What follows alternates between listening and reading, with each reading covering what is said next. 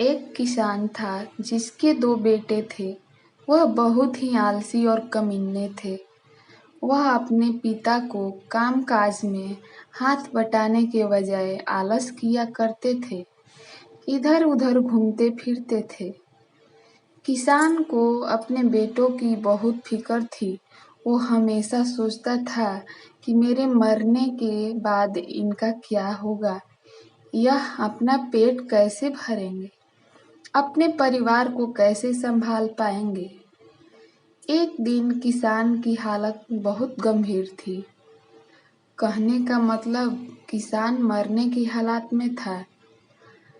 तब भी किसान ने अपने दोनों बेटों को बुलाकर उससे कहा कि हमारे खेत में एक खजाना गड़ा हुआ है, लेकिन वह किस जगह है उसकी जानकारी मुझे नहीं है। लेकिन खोदने के बाद तुम्हें वो खजाना मिल जाएगा। इतना कहकर किसान भगवान को प्यारे हो गए। खजाने की खबर सुनकर दोनों बेटे के मन में लालच आ गया और वो दोनों खेत पर चले गए और खेत को खोदने लगे। खोजने के लालच में कुछ ही दिनों में पूरे खेत को खोदने के बाद वह घर जाकर बैठ गए और वह अपने पिता को कोसने लगे। इसी तरह कुछ महीने बीत गए और वर्षा ऋतु का आगमन हुआ।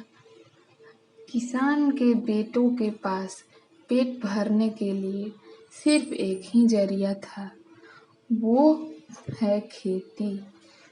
तब बाकी किसानों की तरह किसान के बेटों ने खेती में बीज बोने शुरू कर दिए।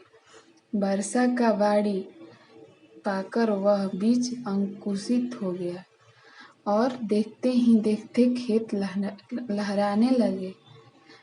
ऐसा लग रहा था कि हवा के झोंके से लहरा रहा था। यह देखकर किसान के बेटे बहुत खुश हो गए।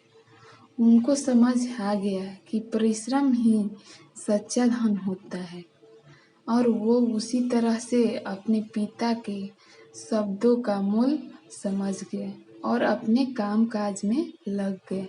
दोस्तों, मेरा कहानी कैसा लगा कमेंट में ज़रूर बताएं और मेरे यूट्यूब चैनल को सब्सक्राइब